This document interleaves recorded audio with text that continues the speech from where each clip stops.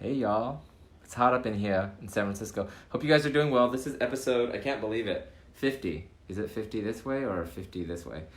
Anyway, hope you guys are doing well. We got a hot, literally hot topic to talk to y'all about today. Let me see if I could add Lonnell on.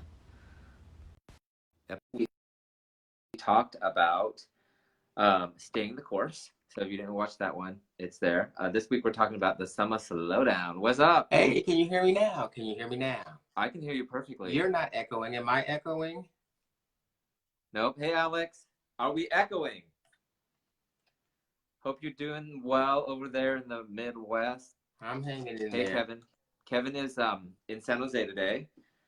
So how you doing? I'm all right. Just been busy, but good. I don't have any complaints or anything of that nature. Life is good. I don't have any I complaints don't have other a than my complaint, but lighting. it is hot. It is hot up in here. In San Francisco, I keep it's hearing like it's hot 90s, there. 98 degrees. It's hot. So I got me San my water. Francisco's not equipped for that kind of weather. 98. There is no AC here. That is not cool, honey. Let me just tell you. 98 degrees is not cool. How's the weather in the East Coast? It's been good. Well, it was rainy really bad yesterday. A little better. I know the Northeast was raining a lot, but in Atlanta, Yeah, Atlanta had during the week, storms, so it was just not fun. yeah, Not fun. I know. Not fun. Yeah, But we'll live. We'll get through it. we have talked about weathering the storm. We're trying to think about topics today, and we're like, what have we been talking about with people? And one of the main things we've been talking about a lot is just it's summer. Oh wait, cue the music. Summer, summertime. Okay, if you're young, you won't know that reference. Remember? What was that? The 80s? Was it 80s? Yeah, or maybe early 90s, maybe. It was a long time ago. Right? Okay. Hey, John. Yeah. So, it is summertime, full force, and it's kind of weird because here in San Francisco, for all you non-Bay Area San Francisco area folk, we have what's called an Indian summer. So usually summer here is actually cold, and winter, not winter, but fall time is when we have our Indian summer, and it gets hot for about a week. But apparently, things are really hot. There's record heat. So that is today's segment one. We're going to talk about some hot topics. Don't you love that these are so crisp and clean and non-sweaty and gross and crinkly like we look today? Those things are Anyway, kept them so pristine, but yeah. I know. I try. That's the only thing that's pristine. My phone cracks all up in there. Anyway, so record heat, according to the San Francisco Chronicle here, it got so hot that BART trains, BART is like the subway here, had major delays this week. Wow. It's been crazy. And San Francisco reached a new high on Monday, June 10th. Temperature was 97 and shattering the previous record of 88 degrees set in 1985. And usually around this time, it's in the mid 60s. So it's hot up in here. Yeah, it's hard to sleep. I mean, I'm on I'm on what's called like the second floor of this flat. It's the first floor, but it's second because there's a garage under us. But it's so hot. I slept with the windows open in my bedroom, and it just once the fan is on automatic. So once it turned off, I woke up the last 2 nights. It's hot, and so there is a warning out there for elders and kids because the heat really does affect them and could be fatal. Yeah, so it's crazy. Yeah, it's not fun. You got to be careful. And a lot of people don't have the air for that because you don't really need air in San Francisco typically. Conditioning. Well, now whether you believe global warming or not, I do, but that's global hellfire. Yeah, it's hot, and when it gets hot here, I mean, I'm not complaining, but it's just like it's so hot that you don't even know what to do. Everything's at a standstill. Right, not fun. Because there's no AC. It's like I got an alert yesterday that said that a lot of the pools were free. The public pools in the Bay Area were free because it was so hot. So anyway, but it's supposed to cool down on Thursday. I guess that's the good news. But it's beautiful out. I mean, like I went and chased the sun last night after dinner. Went down to the water, and it's just beautiful. The sky's like cotton candy pink. That's all. That is awesome. Hey, Jennifer. Hey, Jennifer. I see you, John. What's going on? Rich isn't on here, but usually I love catching his. Don't you love catching his sunset photos? Yeah. Oh, yeah. Because he lives in San Diego, and he just has such beautiful photos. And every day it's is just different. Constant reminder, right? You might every shoot day. on the same day. He might go to the same beach a lot, but each photo, each image is different. I love that. Love it. Right? And I mean, I love his photos. And while he's just taking, he's taking photos of things he really enjoys, it really does make me stop for a moment, and be like, yeah. And every day, like every morning, I seem like a freak. But in my home here, I'll show you right quick. Look at this view. Coit Tower's right there. Can you see it? Oh, yeah. Right? And so every day, it's a different kind of like cloudscape up in here. Look. It's so gorgeous. And I just realized as I get older, a lot of my good friends that I collect, people like you, or people that I just like adore, like Rich, I just noticed that they appreciate the same things, like those simple, like amazing things, right? And the older I get, the more I learn. It's all about the simplicity. Yeah. Definitely. Right. I mean, I try to like really practice that. That's present moment joy, for me. Simple joys, like Alex said. So if y'all got any kind of simple joys you want to share with us, let us know. I'm gonna fix this real quick. So it's hot. I'm gonna be sipping on my water a lot. So in other news, this weekend was a very kind of like introspective weekend, because it was the 1 year anniversary Saturday of Anthony Bourdain's death. Can you believe that? It's been a year already? Wow. Right? Wow. Right? I know. I could not believe it's been a year. And it just coincided with, like last year I had a meltdown and a breakdown because it also had marked about a year of my brother-in-law's death. Right. The suicide. And I've talked about it publicly a lot here and blogged about it a lot. But it just made me reflect, because as you and I, it's so easy for us to always preach or teach and be talking about challenges, right? And when it just happens to you, it's really hard to, I mean, that's when you have to practice it more, right? It's so easy to be like all spiritual. Oh, yeah, when it's convenient. Right? Yeah. But when you have to actually apply it, then it's like, sometimes I'm just not in the mood to hear that. But no, that's when it's when you have to do it the most. You have to exercise it and believe it the most when it's the most challenging to do. Yeah, and also I noticed that too. It's like that's when you also sometimes you got to lean on friends, people that you hold accountable for your joy and being in the present moment and learning and through those challenges. That's really important. But yeah, so the chefs, a lot of chefs came together on Saturday to share the hashtag Bourdain Day and asking people how he impacted their life. So they're calling that the Bourdain Day. So instead of just kind of focusing on his death through suicide as well, a lot of people are celebrating things about his legacy that he's left behind. And for me, it hit me in a lot of ways, because even though I didn't know him, Anthony Bourdain, I felt like I did, because he was a fellow, TV host, brother type of thing. And we were just connected. I mean, his show just really connected us. Food connects us. So many corners of the world. So it did feel like you were losing a family member. And so it was very somber. Hey, Timothy. It was hard. Yeah. So how did he affect you? I mean, how did it impact you? It just... And his death, his life? I think, well, his life definitely impacted me, just because I was such a fan of the show and of the travel and of the food. And he just really... He gave me inspiration. He gave me a to-do list. And just to be on those journeys with him. And it's interesting to watch, CNN is they're doing other similar travel type shows, trying to still fill that void, but you just can't fill that void. You can't. And so there's just so much that I miss about him, but that's the main thing. It's just the adventure and how he just had this, and this biting sarcasm, and how he just had this zest and zeal for life, and to insert himself or to immerse himself in any culture, not trying to impose his culture on other people, but to really absorb their culture. And I just think that's just the richest experience, one of the richest experiences you can have in this thing called life, is get out of your own space and learn to appreciate that of someone else's.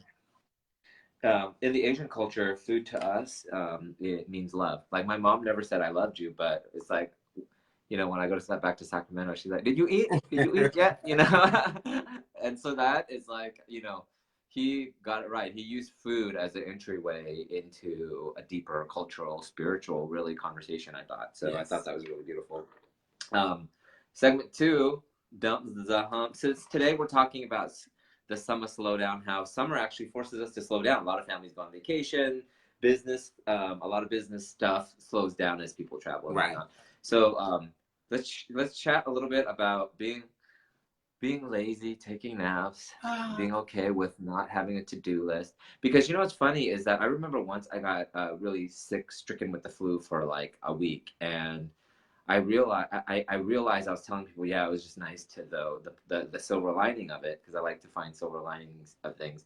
But the idea of just like being okay and not beating myself up for not doing a bunch of stuff, and just being okay with just taking a mental health day, a mental health minute, right? It was just really important. You have to. You just have to, because if you don't, you'll run yourself absolutely ragged and nuts and crazy.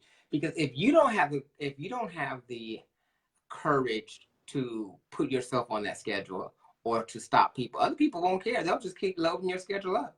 As long as I keep giving you obligations and things to do, and you keep trying to step up to them, well, good for you. I've got more coming. No. You have to pull back and put a hold on that. So yeah, summertime or any time is a good time to do that. Yeah, one of my good spiritual friends, Terrie, who is she's a very amazing kind of spiritual coach. Aprudentway.com is her website. But I send a lot of friends to her that want to do, which it's sort of like readings, guidance from, you know, other things beyond this world. We call them angels, spirits, other, you know, ancestors. But she told me that when things are slow, I used to always freak out during the summertime, like with my nonprofit, or with just like other projects as a freelancer for a while, storyteller. And when things slowed down in the summer, I used to kind of freak out. And then she was like, "Toan, this is God giving you time to relax." Yeah. So relax and chill and use it, because things will get busy and you'll be called again on a, you know, in a bigger way. And, you know, and I was okay with things not having to be big, like big projects or whatever. But I just took a deep breath and, you know, was in the moment and enjoying the now before the summer escapes me. And then things get always inevitably busier, you know, with the holidays and with projects and things later. And you have to take time to recalibrate. I see what Tal said. He says, apparently that's what I did today. My body wouldn't let me leave the bed all day. I love days like that, actually. And if you ever get off his massage table, you will have days like that.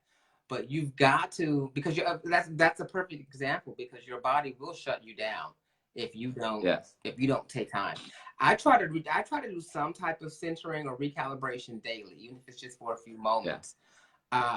But you've got to do it, because you can't just keep going. You'll get totally flustered. At some point, you either get ill like you did, or you can't get out the bed like Tal. At some point, your body's gonna be like, hey, "Whoa, dude, enough," and it's gonna shut itself down. So you can only push into a certain degree. But you've got to. But if you can take those little baby steps, like each day, and just do a little something to kind of pull back and refocus, then you won't have that big breakdown, or you're far less likely to have it. But at some point, you got to understand you are one pretty fierce and phenomenal human being, but you are still a human being. So you can't just, you know, all this impossible or relentless workload and all this stuff that people keep putting on you. You can try, but at some point, your body's going to be like, dude, you're human, cut it. And if you don't cut it, I'm going to cut it. So you've got to find that space. And like I said, I try to do it every day. Yeah.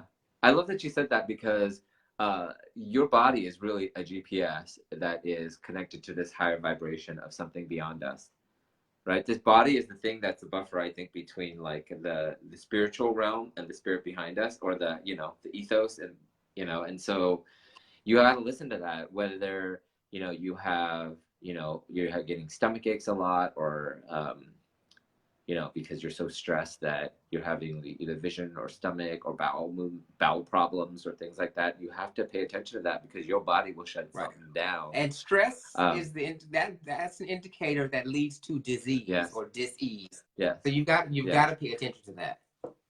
So you said you try to do that several times a day. Or at least a day, yeah. Sometimes you know, I have on my phone, on my watch, I have that Breathe app, which, you know, every day throughout the day, it reminds me to take a minute to take deep breaths. And I do that every day. And there's an app for that. I'll try to go for a walk, like when things get stressed or I've got a lot of stuff going on at work. I'm like, okay, look, I need 10, 15 minutes just to take a walk. And so I'll just go out and get some fresh air. Because at some point, sometimes things are so, I'm bombarded with so much stuff at the same time that it's overwhelming. And I'm not going to be productive anyway. So I'll stop and then just go take a walk for like maybe 10 or 15 minutes or something to pull my focus back away from all the chaos and look at it internally.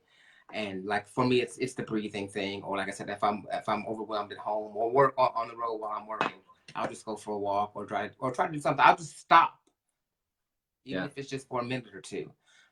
And I try to do that every day. I mean, every day for me, fortunately, is not like totally stressful like that, just because I just don't invite that into my life anymore. But if you are in a very stressful environment, you need to try to find a way to just pull back and detach from it, even if it's just for a few moments. So I bookend my days with breathing. So I really, every single morning, I start off with meditation. Even if I'm rushing out the door, that means 10 breaths. And you and I have talked about, if you ain't got 10 breaths, something wrong with you. You know, like you can do that, yes. And some days, like today, I did a 10-minute thing. I turned on my Calm, no, it's the Insight Timer today, Insight Timer app, where there's a lot of different meditations that you can follow. So I did one of those for 10 minutes, and I did it while I was stretching and doing yoga. But if you don't got time, 10 minutes, that's what you need to do. At night, again, it's just even a few deep breaths really helps. And I try to do stretching practice before bed. And a couple things that I also love to do too, since I'm an athlete, I love like design. You know, I'm a geek with all that stuff. And with my Style Your Spirit YouTube series, what I do is there's certain things that I've talked about, like I create an altar to honor the ancestors, and I put it right by my door. So right when I step up, I have a moment of gratitude. And then I take a deep breath. It just reminds me, having those little tricks and things. And flowers, look, I have flowers. You know, I hadn't really thought about, I mean, I love flowers, but like I wouldn't necessarily make it a practice. But this week, a couple of days ago, a friend of mine in Atlanta, she gave me some flowers. We met for yoga, actually, and I hadn't done yoga in a while. And she brought me flowers. And I just thought, what a nice, kind gesture. Something that she picked out of her backyard. Totally made my day. That's so sweet. Yeah. And like I said, and I know the benefits of yoga, but I just, don't make time for it. But I did. Yeah. Well, see, that's the thing. And I'm like, I will be making time for it now. And people think yoga has to be something like, oh, namaste, and you have to be there on the mat for an hour. No, yoga could mean a few simple stretches. And yoga is really off the mat. Like when I'm driving, when you drive, when you're really in the moment, feeling the road and taking it all in, it feels so amazing versus like white knuckling it and like trying to get through what you need to get through, right? And so flowers brings me back to the present moment. Energetically, they're amazing. I believe they are a gift to the people you live with, a gift to yourself, a gift to your home. And then I also have like incense that I burn. I have diffusers here, things that remind me to go back to breath. Yes. So anyway, so those are some simple hacks that I do. Anyway, on to segment 3. This is a little more tattered, but I like it because it's still holding up. I got amazed. So okay, this is where send us your questions if y'all have questions or if you have some wisdom to share. We're crowdsourcing wisdom as well. Okay, question 1 is, what tips do y'all have for slowing down in terms of scheduling and slowing down your mind? You know what? It's interesting. I just saw something. Rihanna actually just posted this. In some interview she just recently talked about, I think she calls them P days or R days. She has whatever, but she has learned to block out days on her calendar for her personal days. I was like, that's the key. Now, she's a superstar with her hands in many things, and there's always going to be stuff.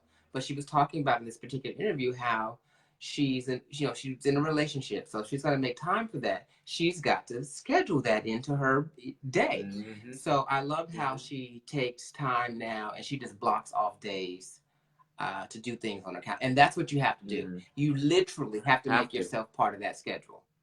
You can't just kind of be fit yourself in here and there, or fit the boo and the date in there. No, that has to be scheduled with the same amount of importance as any other business meeting or transaction that you've got on your calendar, because that's, you're already accustomed to being a slave to that calendar. So why don't you put some joy in there? Schedule some joy in there. So that's what I would say. It's like you just mandatorily have to make time for yourself. Schedule some joy in there. Yes, I love schedule your joy, boo. Yeah. Yes, that's so true, especially now, like things that, you know, that get crazier and crazier. Like schedule time for play, schedule time for you, schedule time for people that you know, like mean something to you. I just listened to did you listen to the Elizabeth Gilbert Super Soul Sunday podcast? I did not. I saw Oprah tweet. Oh my God, it's so good. Yes. Yeah, there's so many gems that kind of remind me of the same conversation that we have. And just in terms of like the importance of spending time with people you love. She talked about how after her partner had passed away and she helped her kind of transition to care of her with her pancreatic and liver cancer, that she says, now what I like to do is I vow to spend more time with people that I love. And one of the things she does is she takes a friend on vacation. Nice. Yeah, people that are really important to her, she takes just that person. And the thing is, you don't need to have all the money in the world or be rich or whatever to take your friend on vacation. But what you could do is schedule time like this to talk to people, go on walks, email, you know, like when you're thinking about somebody, message them, have a conversation with them. Don't just text, but you know what I mean? And just like the making that time is really important. Kevin says, how do you fully enjoy a scheduled block of me time and not have it be like Sundays when you're dreading going back to work the next day? Yeah. How do you fully enjoy a scheduled block of me time and not have to be like Sundays when you're dreading going back to work the next day? Well, first and foremost, let me answer that. On Sundays, I used to dread like, oh my God, Monday's coming. Or I used to get a lot of anxiety traveling, and I travel a lot, so you have to quell that anxiety. So what I do is be in that moment. Yes. Like when I go doing a speaking gig, when I'm doing that, I'm like, okay, at this moment, I have to pack. I can't worry about the crazy weather right now and potential delays and be worried about something that's later. Right. So you're stealing away that present moment on a Sunday when you're like, oh God, tomorrow, you know. I would say the same thing. Be here and now. You've really got to be in the moment. If you are worried, if it's Sunday and you're worried about Monday, you are not living in the present. In fact, you're not living at all. You're just worrying and just trying to accelerate to your death. Yeah. It's like, no. Yeah. This is Sunday. Exactly. I've got Sunday. I can't dread Monday. I can't, you know, Monday will come when it gets here. But yeah, like you said, you've just really got to be in the moment. Yeah. And that will slow everything down, including that anxiety you feel about Monday. Yes. I mean, have you seen people like on vacation or like I go on walks by the water a lot here, and I'm like, that person is not there with their friend, with their dog, with their I see it all the time. Their mind is like here. Or like you could totally tell like they're not there fully taking it in. There's a difference between being just here and there, really, because you're right. You're really not here. You're there, even though you're at the beach physically, right? Which is an important step to get there, right? But yes, now you got to learn how to be fully present in that. So if you're fully in the moment of Sunday, you won't be worried about Monday. Yes, amen. Great question. Okay, Kevin. Question number 2. Yeah, that's great, Kevin. Question, Kevin. Okay, the next question is, was there a time when you didn't slow down and it bit you in the booty? Yeah. Too many times. Count, right? No, I mean. Many times. Literally, like we were saying earlier, I mean, I remember being so stressed out about certain things and trying to get so much stuff done or deadlines that it physically made me sick. And my body actually shut itself down. So, but as you gain wisdom, you start to learn how to, you know, to control that so that you prevent it. But there have been many times, especially in my 20s, it was like, everything was a crisis, and I was managing it all poorly. And talking about managing, you know, like I feel like those times now are lessened. I don't remember the last time where it bit me in the butt, because like I said, I'm practicing when I feel stressed out, when somebody is, which is an everyday occurrence, I swear, here in San Francisco with the whole tech boom and so many people. It's just crazy here. Sometimes where people like there's so much road rage. I once was, you know, giving somebody my spot and they thought I was taking it. Like, it was crazy. Like, people yelling. And when you feel like yourself getting stressed, or you feel that energy trying to seep in you, take a deep breath. Yeah, and then I like what Alex was saying here. Like, I want to know, Alex, what do you do? Because you said there's been too many times where you totally agree with me, but you know, and I know you've got, because I know you personally, I know you've got your hands in a lot, and you do a lot of high pressure stuff. So how do you, Alex, stay in the present? And you know, I'd like to know some of the tips that you have to share, because you do it a lot also. And Jennifer, I see where Jennifer was saying that that's her biggest challenge, because she's rarely in the present. And she's another one. She's a mom. So I know Jen's got on her hands on a whole lot of stuff. Her professional career. Yeah. Her amazing. My nephew, her son, just amazing. So I know she's got her hands full. But, and I would disagree. She says she's rarely present. She's usually present when I'm around, when she and I get together. But yeah, Miss Jen, what are you doing, girlfriend? Because you got to work on being present too. Because you got a lot going on. Yeah. In a good way. Right. And I mean, I think kids are the biggest teachers in your life. So there's so many present moment things that are happening around there. I have a niece and nephew, and young kids in my life that I am around a lot, because I love them. I want to be a part of their lives. But like, when I just see them play and they're just in that space, and it reminds me of like me and you when we're talking. I'm not thinking about the next thing I'm doing or what I got to turn in some stuff later, but you know, like through email. But it's just like, my eyes are welling up, because it just brings me so much joy, you know? And so seeing that, or even a teachable moment when your kid's acting up, you want to blow up at them, to take a step back and to take a deep breath. And when you don't, to forgive yourself for not doing that. But just being mindful enough that when you start feeling that angst, that you're just like, right. And sometimes you might have to do that. You might have to do a few woosahs and a few breaths over and over again.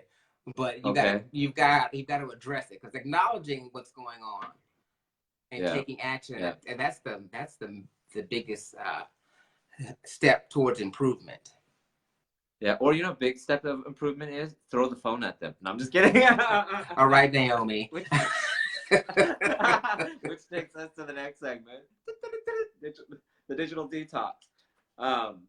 Speaking about this whole slowing down thing, one thing I love so much though about summertime, when I'm able to slow down. I just went to Yosemite. It was amazing. Oh, your pictures were gorgeous. Maybe we want to go back. Oh God, right now is the best time to go, y'all. If y'all have not gone to Yosemite yet recently, right now so many waterfalls are activated everywhere you turn. Literally, I felt myself so like in my full body most of the time, and not on my phone. But it made me think though about how this could be connected to our digital detox, because I was on the phone to take photos, and then I would just put them away. There's some people who are on the phone the whole time taking photos, and I'm like, enjoy it. So I do. The artistic side of me likes to take photos. I put my phone away, then I fully enjoy it. But it just also started making me think about, well, like how do we start small? I started looking at the trees, and I was like, well, look, that pine cone is now that big old tree, you know, that big old pine tree. So I really believe that dieting is not the right thing to do for me with anything, with food, with digital detox. But taking baby steps is more palpable. Then you have little gains. Then you're like, you get excited about your gains, and then you want to do it more. Right. So in terms of taking like little things, what little things have you been doing, both with digital detoxing from TV or your computer or whatever? I recently got rid of cable. And I've been wanting to do that too. I kept the internet. Yes. Obviously because I need it for work. But I decided, you know what? I'm paying this money to watch 3 channels. The cable provider that I have, the product is garbage anyway, and it's been garbage. So instead of just rushing out to look for someone else, I just said, why don't I just try it for a month without it? So I'm going to save $100 and something bucks, and I'll see how it goes the first month. I also, like you, I take my cues from nature, because that also centers me, because when I am in a natural space, I can just see like all the order and the coexistence the harmonious coexistence of the plants and the people and the animals in this space. And it's like, oh yeah, that's how this is supposed to be. This is all supposed to work in harmony. I don't see the birds or the animals out here in the park trying to get to work, running for the subway to meet a deadline for their job. You know, no birds are flying around with their laptops. You know, none of that. What Twitter? They're just the Twitter bird. They're okay. They're all just like harmonious in, you know, in their environment until most of the time, and maybe until humans infringe upon that. Yeah. But I take my cues from that. That's one of the things I try to pay attention to often. It's like I look around. It's like, okay, wait a minute. I'm the only species that's stressing out in this particular situation. So those are a couple of things I try to do. Kevin says, "Who needs cable now that Game of Thrones is over?" Did I say I never watched Game of Thrones? I know. Me neither. I know. Me either. I saw one episode and the little guy creeped me out, and I just stopped watching. Maybe one day I'll go back and catch up again. It's just like, speaking of digital detox, it's like Black Mirror. Have you watched that? I've been seeing it all on social media. I have not watched it yet. But it's on Netflix, so I can still get it after the cable's over. Oh my God. Literally every night it gave me nightmares, but I watched it every single night till the season was over. Wow. All 3 seasons or 4 seasons, whatever. It was like, it literally shows you how technology could be your best friend or your worst nightmare. And so I hate having anything that, like, a vice to anything or anything that controls me. So that's why, like, I don't drink alcohol, allergic. I don't smoke or do drugs or any of that. But the phone, I feel myself picking up, and I hate that. Like, I just pick up for what reason, I don't know why. So one of the little things that I like to do is keep the phone in the other room. Or when I'm eating, like, I love taking photos. So I'll, like, take a photo of the food, like, at home, and then I'll just put it aside, put it face down, put it in another room, something. But if it's not reachable, then I don't, you know, get it. But I've been trying. One of the things I'm going to try to do is not check my phone right when I get up. Do you do that? It's so bad. I hate it. Even like, I tried your little thing of putting the phone in the other room, and I told myself, you don't need this.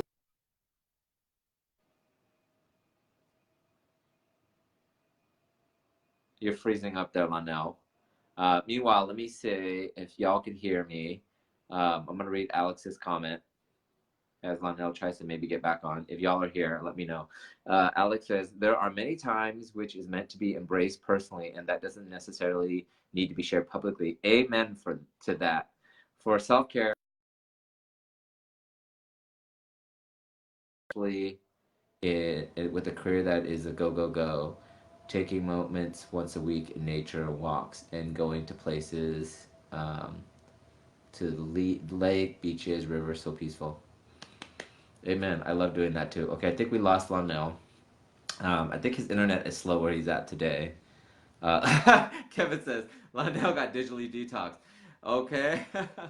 So that is basically, here, let me add Kevin here. That's God saying, y'all need to get off the phone because time is up. It is hot up in here. Maybe that's also one of the reasons why. I'm going to try to reconnect right now with Lonnell, and if not, we can say goodbye, but now I want to do some mobility work and stretch my body.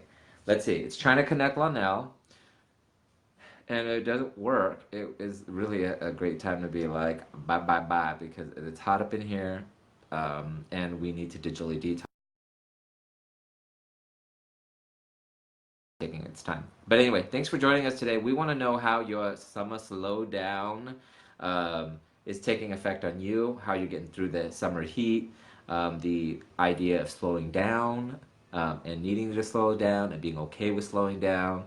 And if you like what you see here, please share. And we read the comments after as well. So we want to continue the conversation and crowdsource the wisdom, and sharing is caring. So please share if you care. Good to talk to you guys this week. See y'all later. Bye.